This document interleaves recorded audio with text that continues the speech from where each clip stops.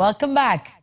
Operators of interstate buses and vehicles who were recently banned from going beyond the Ojota and Ojota motor parks can now heave a sigh of relief as the Lagos State government partners the private sector to establish a new interstate bus terminal in Ojota. The restriction of interstate buses and vehicles from loading and offloading passengers along Ikorodu Road and going beyond the Ojota Burger and Ojota motor parks was a difficult pill for transporters to swallow. Most affected were transport companies situated on the Jibo end of the road. They were asked to relocate to the Ojota Burger and Ojota motor parks, where space provided was not enough. The Lagos State government hinged its decision on the need to install sanity and civility in the areas. After 5 months of the restriction order, a new interstate bus terminal is now in place at Ojota, made possible by a public-private partnership.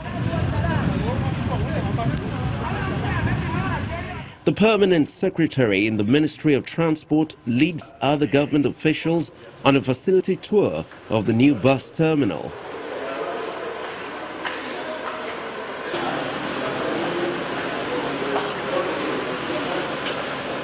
Honestly, it's unbelievable that we can have this project deliver at the shortest time. Because when I came in as the permanent secretary, the first thing I did was to go through their files and say, look, this project must be ready for commissioning. And coincidentally, His Excellency has also given directive that people at Jibom should relocate to Ojota. So it's an opportunity for them to have this project.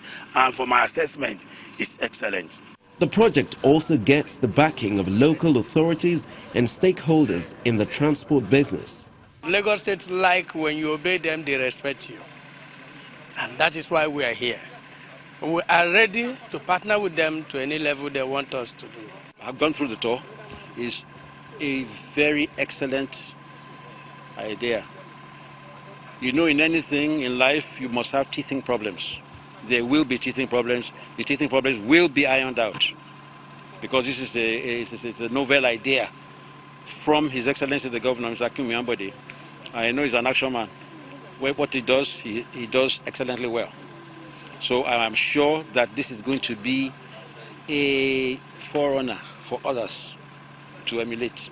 The terminal is being managed by a private company.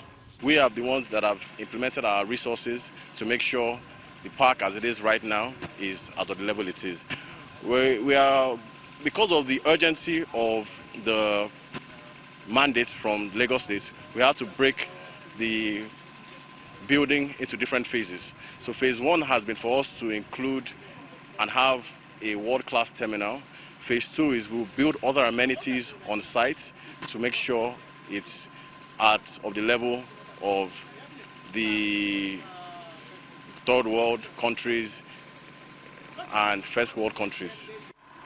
With the parking space and operation offices completed, the bus terminal is set to take off. However, the management of the project promises to put in place other necessary facilities to make it conducive for transporters. The structure that we're looking in place later would be things like a motel. You know, we're also going to have a pharmacy, a fire service. We're going to have a first aid kit on location as well. So for the toilets, it's going to be in phase 1. Phase 2 would be other amenities on site, like possibly a grocery store and a motel. The main drive to this project is to ensure that transporters are organized. While this is commendable, it would be worthwhile to replicate it at other entry points across the state. Lagos State government has launched the reformed Hotel Occupancy and Restaurant Consumption Tax Law. This comes with a device to ease payment. Take a look. How to operate this device? It's a meeting with major operators in the hospitality sector with focus on hotel occupancy and restaurant on the fiscalization of consumption tax in the state. To realize this goal, the government designed an automated invoicing device. The device is to ensure efficiency and compliance of remittance of consumption tax from the owners of hotels, restaurants, nightclubs and event centers in the state. We plan well on capital projects in Lagos State, but we find it absolutely difficult to plan our revenue due to the attitude of our citizenry in the declaration of their incomes. And in some cases, we have outright evasion of taxes. What is the effect? It has just occurred to us that we need to build our revenues the same way we are building bridges if we are to succeed. Players in the industry want to understand the technical details, implementation process, operational modalities, and the various benefits associated with the electronic revenue assurance system.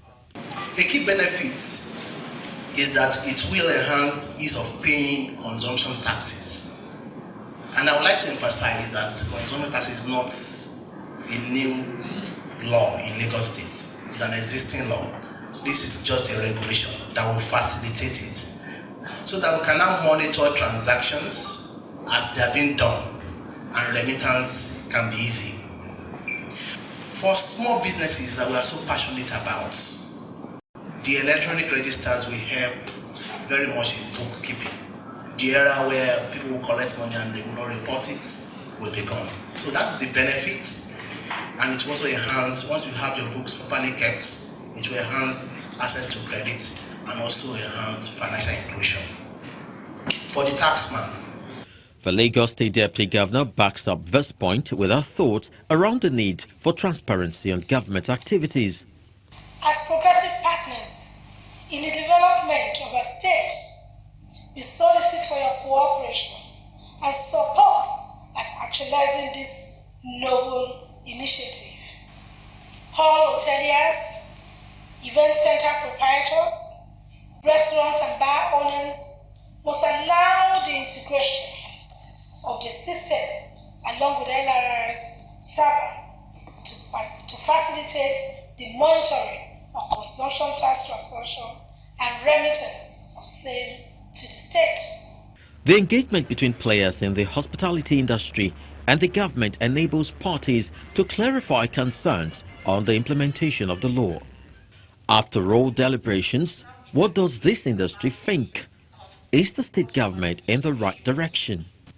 It's only natural that we take advantage of technology in remittance of taxes, but the very fundamental issues to that has also been addressed here. Lagos State Itinerary Revenue Service has promised that it will cut across the entire board of the eatery sector that we represent here today. That is the Association of Quick Service Restaurants. Left with us, particularly my organization, VAT should give way to consumption tax. Just like somebody said in there. If the entire thing is put on the state government, yes, the state government knows all of us, knows and crannies. If they collect, let them by extension now remit to the federal government.